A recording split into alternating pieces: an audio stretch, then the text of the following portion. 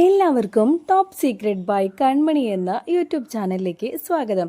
ഞാനിന്ന് വന്നിട്ടുള്ളത് മഴ തോരും മുൻപേ എന്ന സീരിയലിൻ്റെ വരാൻ പോകുന്ന അടിപൊളി എപ്പിസോഡിൻ്റെ റിവ്യൂമായിട്ടാണ്. ഇതുവരെയും ചാനൽ സബ്സ്ക്രൈബ് ചെയ്യാത്തവർ പെട്ടെന്ന് തന്നെ സബ്സ്ക്രൈബ് ചെയ്യുക. എങ്കിലേ വരാൻ പോകുന്ന അടിപൊളി എപ്പിസോഡുകളുടെ റിവ്യൂ പെട്ടെന്ന് തന്നെ നിങ്ങൾക്ക് കാണാൻ കഴിയും. എന്നാൽ നമുക്ക് വീഡിയോയിലോട്ട് പോവാം. രോഹിത്തിനെ എങ്ങനെയെങ്കിലും രക്ഷിക്കണം എന്ന് ഒരൊറ്റ കാര്യം ആലോചിച്ചുകൊണ്ട് അലീന ഒരുപാട് കഷ്ടപ്പെടുന്നുണ്ട് രോഹിത്തിനെ പുറത്തിറക്കാനായിട്ട്. അങ്ങനെ അലീന ശരണ്യയെ പോയി കാണുകയും കാര്യങ്ങളെല്ലാം സംസാരിക്കുകയും ചെയ്യുന്നുണ്ട്.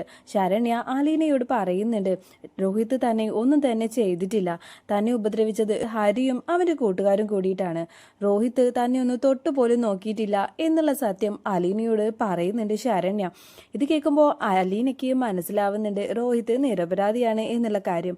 അലീന ശരണ്യയോട് പറയുന്നുണ്ട്, നീ ഈ കാര്യങ്ങളെല്ലാം തന്നെ കോടതിയിൽ തുറന്നു പറയണം, രോഹിത്ത് നിരപരാധിയാണെന്നുള്ള കാര്യം തെളിയിക്കണം കോടതിയിൽ എന്ന് പറയുമ്പോൾ ശരണ്യ പറയുന്നുണ്ട്, സത്യം എന്തായാലും ഞാൻ കോടതിയിൽ തുറന്ന് പറഞ്ഞിരിക്കും. എന്നെ ആരൊക്കെയാണോ ഉപദ്രവിച്ചത് അവരെ ഒന്നും തന്നെ ഞാൻ വെറുതെ വിടാൻ പോകുന്നില്ല. എന്നാൽ രോഹിത്ത് എന്നെ ഒന്നും ചെയ്തിട്ടില്ല, അവനെന്നെ ഉപദ്രവിച്ചിട്ടുമില്ല. അത് ഞാൻ കോടതിയിൽ ഉറപ്പായും തുറന്ന് പറഞ്ഞിരിക്കും. ഒരു നിരപരാധിയെ പോലും ഞാൻ ശിക്ഷിക്കാൻ അനുവദിക്കില്ല. പക്ഷേ എന്നെ ഉപദ്രവിച്ച എല്ലാവരെയും ഞാൻ ഉറപ്പായും ശിക്ഷിച്ചിരിക്കും. അവരെ ആരും തന്നെ ഞാൻ വെറുതെ വിടാൻ പോകുന്നില്ല എന്നെല്ലാം ശരണ്യ പറയുമ്പോൾ അലീന പറയുന്നുണ്ട്, നിന്റെ കൂടെ എന്ത് സഹായത്തിനും ഞാനുണ്ടായിരിക്കും. നിന്റെ സ്വന്തം ചേച്ചിയായിട്ട് വേണം എന്നെ കാണാൻ. എന്ത് കാര്യത്തിനും നിന്റെ കൂടെ ഞാൻ ഉണ്ടാവും എന്നുള്ള വാക്ക് കൊടുക്കുന്നുണ്ട്. അലീനയുടെ വാക്കുകളെല്ലാം കേൾക്കുമ്പോൾ ശരണ്യക്ക് കൂടുതൽ ധൈര്യം ലഭിക്കുകയാണ്. ശരണ്യ പറയുന്നുണ്ട്, ഇത്രയും വലിയൊരു തെറ്റ് എന്നോട് ചെയ്ത ആരും ഞാൻ വെറുതെ വിടില്ല ചേച്ചി. ചേച്ചിയുടെ സഹായം എനിക്കുണ്ടാവുമെന്ന് പറഞ്ഞപ്പോൾ എനിക്ക് ഒരുപാട് ധൈര്യം ഇപ്പോൾ വർദ്ധിച്ചിരിക്കുകയാണ് എന്ന് പറയുന്നുണ്ട് ശരണ്യ. അങ്ങനെ അലീനയും ശരണ്യയും കൂടി കോടതിയിലോട്ട് പോകുന്നുണ്ട്. കോടതിയിൽ ചെന്നതും രോഹിത്തിനെ കാണുമ്പോൾ രോഹിത് ആകെ തളർന്നു പോയിട്ടുണ്ട്. കാരണം ചെയ്യാത്ത തെറ്റിനാണിപ്പോൾ ഇവിടെ കോടതിയിൽ വന്ന് നിൽക്കേണ്ടി വന്നിരിക്കുന്നത് എന്നാലോചിക്കുമ്പോൾ രോഹിത്തിന് ഒരുപാട് സങ്കടം വരുന്നുണ്ട്. അങ്ങനെ ശരണ്യ കോടതിയിലെ സത്യങ്ങളെല്ലാം തുറന്ന് പറയാണ്. തന്നെ മൃഗീയമായി പീഡിപ്പിച്ചത് ഹരിയും അവരുടെ കൂട്ടുകാരും കൂടിയിട്ടാണ്. രോഹിത് തന്നെ ഒന്നും തന്നെ ചെയ്തിട്ടില്ല എന്നുള്ള സത്യം ശരണ്യ തുറന്ന് പറയുന്നുണ്ട്. ഇത് കേൾക്കുമ്പോൾ രോഹിത്തിന് ഒരുപാട് സന്തോഷമാവുന്നുണ്ട്. താൻ നിരപരാധിയാണ് എന്നുള്ള സത്യം കോടതിയിൽ തെളിയിക്കപ്പെട്ടതിൽ രോഹിത് ഒരുപാട് ആഹ്ലാദിക്കുന്നുണ്ട്. ശേഷം കോടതിയിൽ നിന്നും പുറത്തിറങ്ങിയതും ശരണ്യ പറയുന്നുണ്ട്, നീ എന്നെ ഒന്നും ചെയ്തിട്ടില്ലെന്നുള്ളത് സത്യം തന്നെ. എന്നാൽ നീ ഈ കാര്യങ്ങൾക്കെല്ലാം തന്നെ അവരുടെ കൂടെ കൂട്ടുനിന്നതിന് നിന്നെയും ഞാൻ ജയിലിലാക്കേണ്ടതായിരുന്നു. എന്നാൽ ഞാൻ അത് ചെയ്യാതിരുന്നത് അലീന ചേച്ചി എന്നോട് അപേക്ഷിച്ചത് കാരണമാണ്. അലീന ചേച്ചി കാരണമാണ് ഇന്ന് നീ ഈ പുറത്തിറങ്ങിയിരിക്കുന്നത്. അല്ലെങ്കിൽ അവരുടെ കൂടെ കൂട്ടുനിന്നതിൻ്റെ പേരിൽ നിന്നെയും ഞാൻ ജയിലിലാക്കിയേനെ. ഇന്ന് ഞാനത് ചെയ്യാഞ്ഞത് അലീന ചേച്ചി കാരണമാണ് എന്നെല്ലാം പറയുമ്പോൾ രോഹിത്തിന് സത്യങ്ങളെല്ലാം മനസ്സിലാകുന്നുണ്ട്. രോഹിത്ത് മനസ്സിൽ ചിന്തിക്കുന്നുണ്ട്, അലീന ചേച്ചി ഇല്ലായിരുന്നെങ്കിൽ ഇന്ന് ഞാൻ ഒരുപാട് കഷ്ടപ്പെട്ടേനെ, ഞാൻ ആ ജയിലിൽ കിടന്നേനെ. എനിക്ക് വേണ്ടി ശരണ്യയുടെ കാല് പിടിക്കാൻ പോയത് അലീന ചേച്ചിയാണ്, മറ്റാരും അതിനൊന്നിനും മുതിർന്നില്ല. എൻ്റെ സ്വന്തം പെങ്ങന്മാർ പോലും എനിക്ക് വേണ്ടി ഒന്നിനും വന്നിട്ടില്ല. എന്നാൽ അലീന ചേച്ചിയാണ് എന്നെ പുറത്തിറക്കാനുള്ള കാര്യങ്ങളെല്ലാം ചെയ്തത് എന്നുള്ള സത്യം ഇപ്പോൾ എനിക്ക് മനസ്സിലായി എന്ന് മനസ്സിൽ ചിന്തിക്കുന്നുണ്ട് രോഹിത് അലീനയോട് കൈ കൂപ്പിക്കൊണ്ട് പറയുന്നുണ്ട്, ചേച്ചി ഒരുപാട് തെറ്റ് ഞാൻ ചേച്ചിയോട് ചെയ്തിട്ടുണ്ട്, എന്നോട് ക്ഷമിക്കണം. ഞാൻ എങ്ങനെ ഇതിനൊക്കെ നന്ദി പറയണമെന്ന് എനിക്കറിയില്ല. ചേച്ചി എന്നോട് ക്ഷമിക്കണം. ഞാൻ ചെയ്ത തെറ്റിനെല്ലാം ഞാൻ ചേച്ചിയുടെ കാല് പിടിച്ച് മാപ്പ് പറയുകയാണ്. എനിക്ക് വേണ്ടി ഇത്രയും വലിയ സഹായം ചെയ്തതിന് എന്ത് ചെയ്താലും മതിയാവില്ല എന്നെല്ലാം പറയുന്നുണ്ട് രോഹിത്. അലീന പറയുന്നുണ്ട്, നീ തെറ്റൊന്നും ചെയ്തിട്ടില്ലല്ലോ, അതുകൊണ്ടാണ് നീ രക്ഷപ്പെട്ടത്. പിന്നെ അവരുടെ കൂടെ നീ എല്ലാത്തിനും കൂട്ടുനിന്നു എന്നുള്ളതും വലിയൊരു തെറ്റാണ്. പക്ഷെ നിന്റെ മനസാക്ഷി തന്നെ ഈ തെറ്റ് ചെയ്യാൻ സമ്മതിച്ചില്ല. അതുകൊണ്ട് മാത്രമാണ് ഇന്ന് നീ രക്ഷപ്പെട്ടത്. ഇനി ആ ഹരിയുടെ കൂടെ നീ കൂടാൻ പോകരുത്. കാരണം അവൻ അത്രയും വലിയ ഫ്രോഡാണ്. അവനൊരു മൃഗത്തിന് തുല്യമാണ്. ഒരു പെൺകുട്ടിയാണ് പിച്ച് ചീന്തി കളഞ്ഞിരിക്കുന്നത് അവൻ. ആ പെൺകുട്ടിയുടെ ജീവിതത്തെക്കുറിച്ചോ ജീവനെക്കുറിച്ചോ ഒന്നും തന്നെ അവൻ ആലോചിച്ചിട്ടില്ല.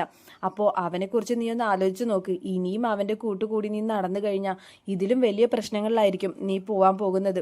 പിന്നെ ഈ കള്ളും മയക്കുമരുന്നും എല്ലാം ഉപയോഗിച്ച് നിങ്ങളുടെയൊക്കെ സമനില തന്നെ തെറ്റിപ്പോയിരിക്കുകയാണോ ഇത്രയും വലിയ ക്രൂരത ചെയ്യാൻ മാത്രം എന്ന് ചോദിക്കുമ്പോൾ രോഹിത് പറയുന്നുണ്ട്, ഞങ്ങളോട് ക്ഷമിക്കണം ചേച്ചി, ഞാൻ ഇനി ഒരിക്കലും അത്തരമൊരു തെറ്റ് ചെയ്യില്ല. ഞാൻ ഇനി ഒരിക്കലും മദ്യപിക്കില്ല, ഒരിക്കലും മയക്കുമരുന്നൊന്നും തന്നെ ഉപയോഗിക്കില്ല.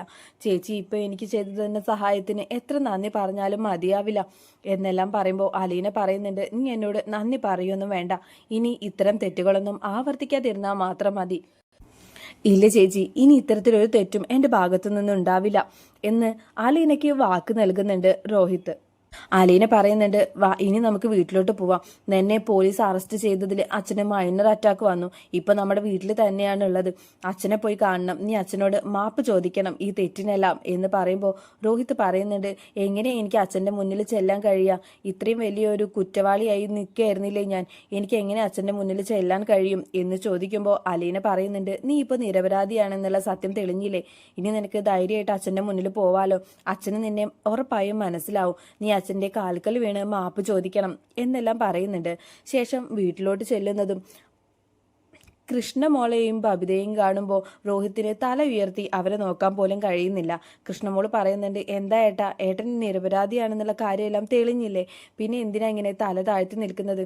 ഏട്ടൻ നിരപരാധിയാണ്, ഇനി തല ഉയർത്തി പിടിച്ച് തന്നെ ഏട്ടന് നടക്കാം എന്ന് പറയുമ്പോൾ രോഹിത് പറയുന്നുണ്ട്, എന്നാലും ഇത്രയും ദിവസം ഞാൻ നിങ്ങളുടെ എല്ലാവരുടെയും മുന്നിൽ കുറ്റവാളി തന്നെ ആയിരുന്നില്ലേ? ഞാനൊരു പെൺകുട്ടിയെ പീഡിപ്പിച്ച അത്രയും മഹാപാപിയായിരുന്നല്ലോ എല്ലാവരുടെയും മുന്നിൽ.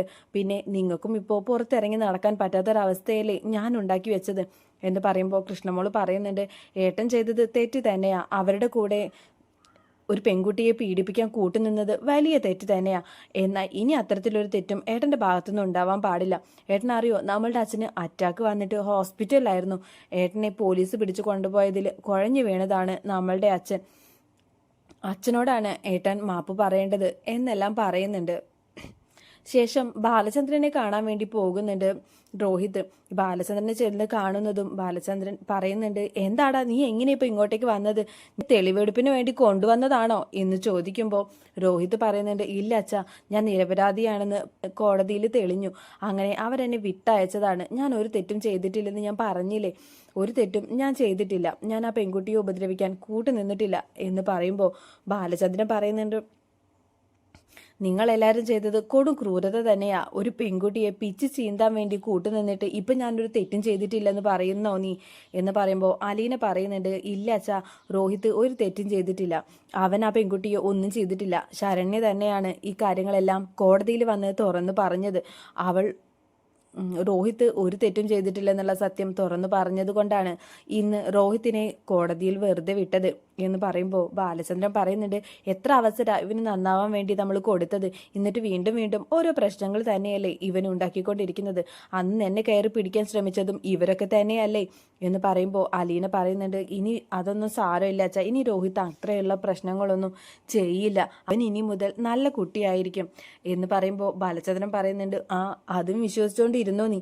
ഇവനൊക്കെ നല്ലവനാവാൻ പോകുന്നെന്ന് നീ പറയുന്നത് എനിക്ക് നന്നായിട്ട് അറിയാം. ഇവനൊന്നും ഒരിക്കലും നന്നാവാൻ പോകുന്നില്ല എന്ന് പറയുമ്പോൾ ബാലചന്ദ്രൻ്റെ കാലിൽ വീണ് പൊട്ടിക്കരയുന്നുണ്ട് രോഹിത്. ഇല്ല അച്ഛാ, ഞാൻ ചെയ്ത തെറ്റ് എനിക്ക് മനസ്സിലായി കഴിഞ്ഞു.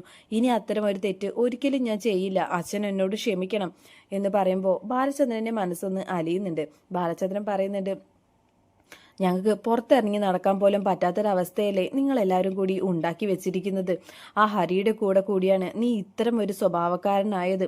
കള്ളും മയക്കുമരുന്നും ഉപയോഗിച്ച് ഓരോ പെൺകുട്ടികളെ കയറി പിടിക്കുമ്പോൾ നിങ്ങളൊന്നും ചിന്തിക്കുന്നില്ല, നിങ്ങൾക്കൊക്കെ അമ്മയും പെങ്ങന്മാരും ഉണ്ടെന്ന്. നാളെ അവർക്കാണ് ഈ ഗതി വരുന്നതെങ്കിലോ എന്ന് നിങ്ങൾ ഒരിക്കലെങ്കിലും ചിന്തിച്ചു കഴിഞ്ഞാൽ ഇത്തരം പ്രവൃത്തികൾ നിങ്ങൾ ചെയ്യോ എന്നെല്ലാം ചോദിക്കുമ്പോൾ അലീന പറയുന്നുണ്ട്, സാരമില്ല അച്ഛാ, ഇനി അവൻ അങ്ങനെ ഒരു പ്രവൃത്തി ചെയ്യില്ല, എനിക്ക് ഉറപ്പുണ്ടത് എന്ന് പറയുമ്പോൾ ബാലചന്ദ്രൻ പറയുന്നുണ്ട്, നീയെ തന്നെ ഇതൊക്കെ പറയണം. നിന്നെ കയറി പിടിക്കാൻ ശ്രമിച്ചവനല്ലേ ഇവൻ ഇനി ഒരു തെറ്റും ചെയ്യില്ലെന്ന് നീ എന്തിൻ്റെ ഉറപ്പിലാണ് അലീന ഈ പറയുന്നത് എന്ന് പറയുമ്പോൾ രോഹിത് പറയുന്നുണ്ട്, ഇല്ല അച്ഛാ, ഇനി ഞാൻ അങ്ങനെയൊന്നും ചെയ്യില്ല. ഞാൻ അച്ഛന് വാക്ക് തരികയാണ്, ഇനി ഇത്രയൊരു പ്രവൃത്തി എൻ്റെ ഭാഗത്തു നിന്ന് ഒരിക്കലും ഉണ്ടാവില്ല എന്ന് പറയുമ്പോൾ ബാലചന്ദ്രൻ പറയുന്നുണ്ട്, ഉണ്ടാവാതിരുന്നാൽ നിനക്ക് നന്നു. ഇനി ഇത്ര ഒരു പ്രവൃത്തി ഉണ്ടായാൽ അതും കൂടി താങ്ങാനുള്ള ശേഷിയൊന്നും എൻ്റെ ഈ ഹൃദയത്തിനുണ്ടായിരിക്കില്ല. അലീന രോഹിത്തിനോട് പറയുന്നുണ്ട്, ഇനി നീ പുറത്തിറങ്ങിക്കഴിഞ്ഞാൽ നീ ഇപ്പോൾ ഒരു കുറ്റവാളി അല്ലെന്ന് കോടതിയിൽ തെളിയിക്കപ്പെട്ടെങ്കിലും ആളുകൾക്ക് മുൻപിൽ ഒരു പക്ഷേ നീ ഇപ്പോഴും കുറ്റക്കാർ തന്നെയായിരിക്കും. അത് സമൂഹം അങ്ങനെ തന്നെയല്ലേ. ഒരാളെ പീഡനക്കേസിൽ അറസ്റ്റ് ചെയ്ത് കഴിഞ്ഞാൽ അയാൾ നിരപരാധിയാണെന്ന് കോടതി തെളിയിച്ചാലും നാട്ടുകാരുടെ എല്ലാം മുന്നിൽ അവൻ അവൻ തെറ്റുകാരൻ തന്നെ ആയിരിക്കും. ഒരുപക്ഷെ നിനക്ക് പുറത്തിറങ്ങുമ്പോൾ ഒരുപാട് പരിഹാസങ്ങളും കളിയാക്കലുകളും എല്ലാം നേരിടേണ്ടി വരും. നീ ഒരു കൊടും കുറ്റവാളിയാണ് എന്നുള്ള രീതിയിലായിരിക്കും ചിലപ്പോൾ നാട്ടുകാർ നിന്നോട് ഇടപഴകാൻ പോകുന്നത്. അതുകൊണ്ട് നിന്റെ മനസ്സ് നീ കുറച്ചും കൂടി ശക്തമാക്കണം. ഇനി ഇത്തരം പ്രവൃത്തികളൊന്നും നിന്റെ ഭാഗത്തുനിന്ന് ഉണ്ടാവാൻ പാടില്ല. ആൾക്കാർ നിന്നെ പലതും പറയാനും പരിഹസിക്കാനും കുറ്റപ്പെടുത്താനും എല്ലാം സാധ്യതയുണ്ട്. അപ്പോഴൊന്നും നീ തളർന്നു പോവുകയോ കടുംകൈ ഒന്നും ചെയ്യരുത്. നിനക്ക് ഞങ്ങളെല്ലാവരും ഉണ്ട്. നീ ഇപ്പോൾ നിരപരാധിയാണെന്നുള്ള സത്യം എല്ലാവരും മനസ്സിലാക്കി കഴിഞ്ഞു എന്നെല്ലാം പറഞ്ഞ് രോഹിത്തിനെ സമാധാനിപ്പിക്കുന്നുണ്ട് അലീനയുടെ മനസ്സിന്റെ വിശാലതയും ഇത്രയും നല്ല സ്വഭാവമുള്ള ഒരാളെയാണ് ഞാൻ ഇങ്ങനെ വേദനിപ്പിച്ചത് എന്നെല്ലാം ആലോചിച്ച് രോഹിത്തിന് ഒരുപാട് കുറ്റബോധം തോന്നുന്നുണ്ട്. ബാലചന്ദ്രൻ പറയുന്നുണ്ട്, ഞാൻ ഏതായാലും ഹോസ്പിറ്റലിലോട്ട് പോകുന്നുണ്ട്. നിന്റെ അമ്മയെ കാണാൻ നീയും വായോ എൻ്റെ കൂടെ. അവൾ അവിടെ ഒരു സമാധാനമില്ലാതെയാണല്ലോ കിടക്കുന്നത്. മകനെ പോലീസ് അറസ്റ്റ് ചെയ്തുകൊണ്ട് പോയെന്നുള്ള സത്യം അറിഞ്ഞ് അവൾ അവിടെ പൊട്ടിക്കരഞ്ഞുകൊണ്ടാണ് കിടക്കുന്നത്. നിന്റെ അമ്മയ്ക്കൊരു സമാധാനമായിക്കോട്ടെ, നീയും പോരെ എൻ്റെ കൂടെ എന്ന് പറയുമ്പോൾ രോഹിത് പറയുന്നുണ്ട്, അമ്മയെ ഞാൻ എങ്ങനെ ഫേസ് ചെയ്യുമെന്ന് എനിക്ക് അറിയില്ല അച്ഛാ എന്ന് പറയുമ്പോൾ ബാലചന്ദ്രൻ പറയുന്നുണ്ട്, നീ ഇപ്പം നിരപരാധിയല്ലേ, പിന്നെ എന്തിനാ നീ പേടിക്കുന്നത്? നീ ഏതായാലും എൻ്റെ കൂടെ വാ എന്ന് പറഞ്ഞുകൊണ്ട് ബാലചന്ദ്രൻ രോഹിത്തിനെ ഹോസ്പിറ്റലിലോട്ട് കൊണ്ടുപോകുന്നുണ്ട്. രോഹിത് പറയുന്നുണ്ട്, എനിക്ക് പുറത്തിറങ്ങാൻ തന്നെ നാണക്കേടാവുന്നു. ഇപ്പോഴും ഞാൻ നാട്ടുകാരുടെ എല്ലാം മുന്നിൽ ഒരു പീഡന കേസിലെ പ്രതിയല്ലേ. അവരൊക്കെ എന്നോട് എങ്ങനെയാവും പ്രതികരിക്കുക എന്ന് ആലോചിക്കുമ്പോൾ എനിക്ക് പേടിയാവുന്നു എന്ന് പറയുമ്പോൾ ബാലചന്ദ്രൻ പറയുന്നുണ്ട്, നീ പേടിക്കാതിരിക്കുക, നിന്റെ കൂടെ ഞാനില്ലേ. നീ നിരപരാധിയാണെങ്കിൽ നിന്നെ ആരും ഒന്നും ചെയ്യില്ല എന്ന് പറഞ്ഞുകൊണ്ട് ഹോസ്പിറ്റലിലോട്ട് കൂട്ടിക്കൊണ്ട് പോകുന്നുണ്ട്. ഹോസ്പിറ്റലിൽ ചെന്നതും വൈജയെ കാണുമ്പോൾ രോഹിത് പറയുന്നുണ്ട്, അമ്മേ എന്ന് വിളിക്കുമ്പോൾ വൈജ പറയുന്നുണ്ട്, നീ പുറത്തിറങ്ങിയോ? നിനക്കൊന്നും പറ്റിയില്ലല്ലോ, നീ എന്തിനാ മോനെ ഇങ്ങനെയൊക്കെ ചെയ്യാൻ പോയത് എന്നെല്ലാം ചോദിക്കുമ്പോൾ രോഹിത് പറയുന്നുണ്ട്, ഞാനൊന്നും ചെയ്തിട്ടില്ല അമ്മേ, ഞാൻ നിരപരാധിയാണെന്ന് കോടതിയിൽ തെളിഞ്ഞു, അങ്ങനെയാണ് ഞാൻ വന്നത്. അപ്പോൾ ഞാൻ ഒരു തെറ്റും ചെയ്തിട്ടില്ല അമ്മേ എന്ന് പറയുമ്പോൾ വൈജ പറയുന്നുണ്ട്, എനിക്കറിയാം നീ ഒരു തെറ്റും ചെയ്തിട്ടുണ്ടാവില്ലെന്ന്. ആ ഹരിയായിരിക്കും എല്ലാ തെറ്റും ചെയ്തത്. പിന്നെ ഇനി ആ ഹരിയുടെ കൂടെ ഒന്നും കൂടരുത്. നീ അവൻ്റെ കൂടെ കൂടിയിട്ടാ ഇത്തരം ഓരോ ശീലങ്ങൾ പഠിക്കുന്നത്. അതുകൊണ്ട് നീ ഇനി അവൻ്റെ കൂടെ കൂടാൻ പോകരുത്. നീ ഒരു തെറ്റും ചെയ്തിട്ടുണ്ടാവില്ലെന്ന് എനിക്ക് നന്നായിട്ട് അറിയായിരുന്നു. ആ പോലീസുകാർ തന്നെ വെറുതെ വിടുമെന്ന് എനിക്ക് അറിയായിരുന്നു എന്ന് പറയുമ്പോൾ രോഹിത് പറയുന്നുണ്ട്, അമ്മേ ഞാൻ രക്ഷപ്പെടാൻ കാരണം അലീന ചേച്ചിയാണ്. അലീന ചേച്ചി ആ ശരണ്യയെ കണ്ട് സംസാരിച്ചത് കൊണ്ടാണ് അവൾ ഞാനൊരു തെറ്റുകാരനും അല്ല എന്ന് കോടതിയിൽ പറഞ്ഞത്. അതുകൊണ്ടാണ് ഞാൻ രക്ഷപ്പെട്ടത്. ഞാനിപ്പോൾ ഇവിടെ നിൽക്കുന്നുണ്ടെങ്കിൽ അതിന് കാരണം അലീന ചേച്ചി മാത്രമാണ് എന്ന് പറയുമ്പോൾ വൈജ പറയുന്നുണ്ട്, അലീന ചേച്ചിയോ? എന്ന് മുതലാടാ അവള് നിനക്ക് ചേച്ചിയായത്? അവള് കാരണം ഇത്രയും വലിയ പ്രശ്നങ്ങളൊക്കെ ഉണ്ടായത് അവളാണ്. അവളുടെ മായാവലയത്തിൽ കുരുങ്ങിയിട്ടാണ് നിങ്ങൾക്ക് ഇത്തരം ഓരോ ചിന്തകളെല്ലാം വരുന്നത്. അവളുടെ സ്വഭാവശുദ്ധിയെല്ലാം എനിക്ക് നന്നായിട്ട് അറിയാം. അവൾ തന്നെയാ നിങ്ങളെ ഇത്തരം ഓരോ പ്രവൃത്തികൾക്ക് പ്രലോഭിപ്പിക്കുന്നതും എല്ലാം എന്ന് പറയുമ്പോൾ രോഹിത് പറയുന്നുണ്ട്, അമ്മ എന്തൊക്കെയാ പറയുന്നത്? അലീന ചേച്ചി ഇല്ലെങ്കിൽ ഇപ്പോൾ കാണായിരുന്നു നമ്മളുടെ കുടുംബത്തിൻ്റെ മാനാഭിമാനം എല്ലാം നഷ്ടപ്പെട്ടു പോയേനെ. ഞാൻ അത്ര ഒരു തെറ്റ് ചെയ്തിട്ടില്ലെന്ന് തെളിയിച്ചത് അലീന ചേച്ചിയാണ്. അലീന ചേച്ചിയോട് അമ്മ നന്ദി പറയുകയാണ് വേണ്ടത്, അല്ലാതെ ഇങ്ങനെ കുറ്റപ്പെടുത്തുകയല്ല വേണ്ടത്. എന്ത് ചെയ്താലും കുറ്റം അലീന ചേച്ചിക്ക് മാത്രമാണല്ലോ എന്ന് പറയുമ്പോൾ വൈജ പറയുന്നുണ്ട്, കണ്ടോ ഇതൊക്കെ തന്നെയാണ് ഞാൻ പറഞ്ഞത്, അവളുടെ മായ വലയത്തിലാണ് നീ എന്നൊക്കെ. അവൾ തന്നെയാണ് ഇത്തരം പ്രവൃത്തികൾക്കെല്ലാം നിങ്ങളെ പ്രലോഭിപ്പിക്കുന്നത്. എന്നിട്ടിപ്പോൾ അവൾ നിന്നെ രക്ഷിച്ചെന്നാണോ എന്ന് പറയുമ്പോൾ രോഹിത് പറയുന്നുണ്ട്, അമ്മയോട് പറഞ്ഞിട്ട് കാര്യമില്ലെന്ന് അറിയാം, എന്നാലും അലീന ചേച്ചിയോട് എത്ര നന്ദി പറഞ്ഞാലും മതിയാവില്ല. ഞാൻ എൻ്റെ ഈ ജീവിതകാലം മുഴുവൻ ജയിലിൽ കഴിച്ചു കൂട്ടേണ്ടി വന്നേനെ. എന്നാൽ ഇന്ന് ഞാൻ രക്ഷപ്പെട്ടിട്ടുണ്ടെങ്കിൽ അത് അലീന ചേച്ചിയുടെ പ്രയത്നം കൊണ്ട് മാത്രമാണ്. അതിന് എത്ര നന്ദി പറഞ്ഞാലും എനിക്ക് മതിയാവില്ല എന്നെല്ലാം പറയുന്നുണ്ട്. നന്ദിയെല്ലാം പറഞ്ഞ് നീ അവിടെ ഇരുന്നോ, ഞാൻ ഏതായാലും ഈ കിടക്കയിൽ നിന്നൊന്ന് എഴുന്നേറ്റോട്ടെ, എന്നിട്ട് അവിടുന്ന് എന്നവളെ അടിച്ചു പുറത്താക്കിയെന്ന് ചോദിച്ചാൽ മതി എന്നെല്ലാം പറയുന്നുണ്ട് വൈജ. ബാലചന്ദ്രൻ പറയുന്നുണ്ട്, നീ എത്ര കിട്ടിയാലും പഠിക്കില്ല വൈജയ്. നിന്നോട് എത്ര പറഞ്ഞിട്ടും യാതൊരു കാര്യമില്ല. കാരണം നിന്റെ മകൻ ഇത്രയും വലിയൊരു കേസിൽ കുടുങ്ങിയിട്ട് അതിൽ നിന്ന് രക്ഷിച്ചുകൊണ്ട് വന്നത് ഈ അലീനയാണ്. ഒരുപാട് കാര്യങ്ങൾക്ക് അവൾ സഹായം ചെയ്തിട്ടുമുണ്ട്.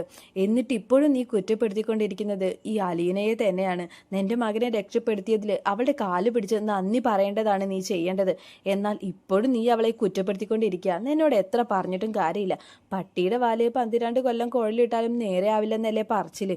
അതുപോലെ തന്നെയാണ് നിന്റെ കാര്യവും. നിന്നെ എത്ര നന്നാക്കാൻ ശ്രമിച്ചിട്ടും യാതൊരു കാര്യവുമില്ല.